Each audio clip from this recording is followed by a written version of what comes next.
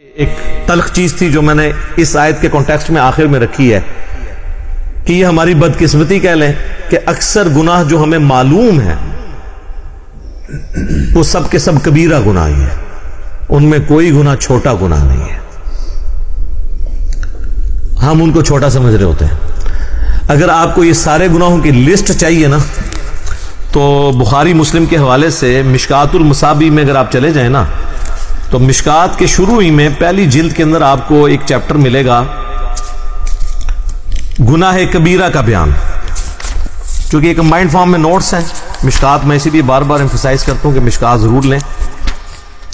مثلاً پہلی حدیث اس چیپٹر میں وہ بخاری اور مسلم دونوں سے لے کے ہیں، یہ عبداللہ ابن مسعود رضی اللہ تعالیٰ عنہ کہتے ہیں کہ نبی علیہ السلام سے کسی نے عرض کیا کہ اللہ کے نزدیک سب سے بڑا گناہ کون سا ہے؟ تو آپ نے فرمایا کہ تم اللہ کا شریک بناؤ حالانکہ اس نے تمہیں پیدا کیا ہے، یعنی شرک سب سے بڑا گناہ۔ اس نے پوچھا اس کے بعد، فرمایا اس اندیشے سے بچے کو قتل کر دو کہ وہ تمہارے ساتھ کھائے گا۔ اولاد کو اس لیے سے ایک فیملی پلاننگ ہے، وہ الگ چیز ہے، اس کا جواب موجود ہے، اس میں میری ویڈیوز ریکارڈ ہے۔ ایک یہ کہ پریگنینسی آئیڈینٹیفائی ہو گئی ہے اور آپ بچے کو قتل کر دیتے ہیں یا بچوں سمیت خودکشی کر لیتے ہیں، جو پاکستان میں خبریں اکثر آتی رہتی میڈیا میں۔ اس نے عرض کیا اس کے بعد تو فرمایا اپنی پڑوسی کی بیوی کے ساتھ بدکاری کرنا، بدکاری تو کسی کے ساتھ بھی کرنا برا ہے لیکن پڑوسی کا چونکہ حق ہے اس لیے اس کو ذکر کیا۔ پھر نبی صلی اللہ علیہ وآلہ وسلم نے سورۃ الفرقان کی آیت تلاوت کی، والذین لا يدعون مع اللہ الہا آخر ولا يقتلون النفس التي حرم اللہ الا بالحق ولا يزنون، جو میں نے شروع میں بھی حدیث کا ذکر کیا تھا کہ حدیث میں تین بڑے گناہ بیان ہوئے۔ اگلی حدیث امام بخاری لے کے آئے ہیں جو مشکات والے امام نے نقل کی ہے کہ نبی علیہ السلام نے فرمایا اللہ کے ساتھ شریک بنانا، والدین کی نافرمانی کرنا، کسی کو ناحق قتل کرنا اور جھوٹی قسم اٹھانا کبیرہ گناہ ہے۔ دیکھ لیں یہ بھی کبیرہ ہے۔ اس سے اگلی حدیث بخاری اور مسلم دونوں میں ہے کہ جھوٹی قسم کی بجائے جھوٹی گواہی کا ذکر ہے اس حدیث کے اندر کہ جھوٹی گواہی دینا بھی گناہ کبیرہ ہے۔ اس سے اگلی حدیث بھی بخاری و مسلم دونوں میں ہے، نبی علیہ السلام نے فرمایا 7 چیزوں سے بچو۔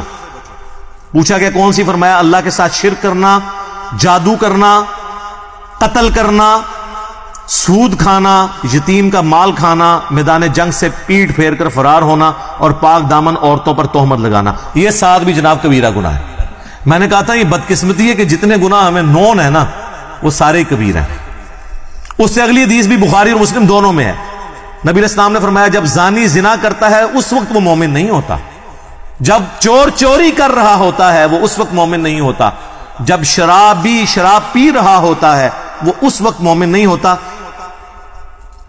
اور جب وہ یہ کام کر چکتا ہے تو یعنی ایمان اس میں سے نکل جاتا ہے، اس کے بعد اس کے اندر ایمان دوبارہ لوٹتا ہے، اور خیانت کرنے والا خائن اس وقت مومن نہیں ہوتا۔ اور پھر آخر میں الفاظ ہیں پس تم بچ جاؤ، پس تم بچ جاؤ، 2 دفعہ نبی علیہ السلام نے فرمایا۔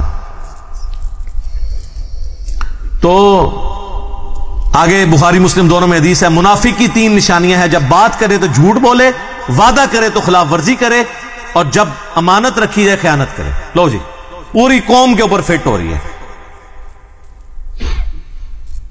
اور مسلم میں تو آگے الفاظ ہیں اگرچہ وہ روزہ رکھے، نماز پڑھے اور مسلمان ہونے کا دعویٰ بھی کرے تب بھی وہ منافق ہے،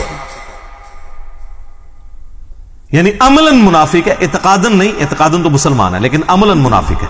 اور ایک اور حدیث ہے بخاری اور مسلم کی، اس میں 4 چیزوں کا ذکر ہے، نبی علیہ السلام فرمایا جو 4 خصلتیں جس میں ہوں گی وہ پکا منافق ہے، اور جس میں ایک ہوئی وہ بھی نفاق کی ایک شاخ کے اوپر ہے، یہاں تک کہ اس عمل کو چھوڑ دے۔ نمبر 1 امانت رکھی ہے تو خیانت کرے، نمبر 2 بات کرے تو جھوٹ بولے، نمبر 3 عہد کرے تو توڑ دے، اور جب جھگڑا ہو تو گالی گلوچ پر اتر آئے۔ یہ علماء تو آلموسٹ سارے اس میں آتے ہیں، گالی گلوچ پہ اتر آتے ہیں نا، کیسی کیسی موٹی موٹی گالیاں دیتے ہیں۔ اور عوام الناس تو اب مجھے بتا دیں، ہم تو وہ شعر لے کے چل رہے ہیں، کچھ بھی ہیں تیرے محبوب کی امت سے ہیں، یہاں تو معاملہ ہی کہاں سے کہاں پہنچ گیا۔ صحیح مسلم میں حدیث ہے، نبی علیہ السلام ایک اناج کے ڈھیر کے پاس سے گزرے، آپ نے اپنی مبارک انگلیاں اس میں داخل کی تو وہ گیلی تھی، آپ فرمایا یہ کیا؟ کہ رسول اللہ رات کو بارش ہو گئی تھی تو اناج گیلی ہو گئی. آپ نے فرمایا تم نے گیلی اناج اوپر کیوں نہیں کی؟ تاکہ لوگ اس کے عیب کے اوپر مطلع ہوتے, اس کے بعد کسی کی مرضی کے وہ خرید کے لے جائے, گھر جا کے خشک کر لے. لیکن تم نے اس طرح کیوں کیا کہ اوپر خشک رکھی اور اندر گیلی؟ اور پھر آپ نے فرمایا جس نے ملاوٹ کی وہ ہم میں سے نہیں. یہ وہاں پہ آپ نے فرمایا تھا, یہ پوری حدیث مسلم شریف میں یوں ہے, جو آخری حصہ پکڑا ہوا ہے, جس نے ملاوٹ کی وہ ہم میں سے نہیں. اور وہ ملاوٹ سے سمجھ رہے ہوتے ہیں صرف دودھ میں ملاوٹ کرنا ملاوٹ ہے. ملاوٹ یہ ہے کہ آپ غرر کریں, عربی میں غرر کہتے ہیں دھوکے کو. کوئی بھی دھوکہ کسی فارم کے اندر, کسی کاروبار کے اندر, وہ اس کو حرام کر دے گا.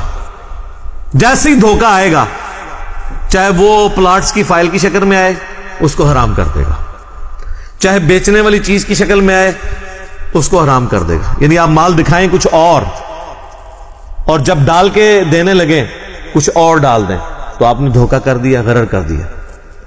تو غرر جب بھی آئے گا تو وہ پورے کے پورے مال کو, آپ کے کمائی کو حرام کر دے گا. بولے اعوذ باللہ تعالی. اللہ تعالی ہمیں اس فتنے سے بچا کے رکھے, اپنی ایمان کے اندر رکھے, گناہ کبیرہ سے بچنے کی توفیق عطا فرمائے, اور کمٹمنٹ کے ساتھ اپنے محبوب صلی اللہ علیہ وآلہ وسلم کی سچی اتباع کرنے کی توفیق عطا فرمائے, آمین. تو یہ میں نے اس لیے گناہ کبیرہ کے حوالے سے تفصیلی گفتگو کی. اکثر لوگ پوچھتے ہیں توبہ کا طریقہ کیا ہے, کون کون سے بڑے بڑے گناہ ہیں, اور چھوٹے گناہوں کے بارے میں کیا ہے. تو توبہ تو میں نے آپ کو بتا دیا کہ توبہ یہ ہے کہ اپنی اصلاح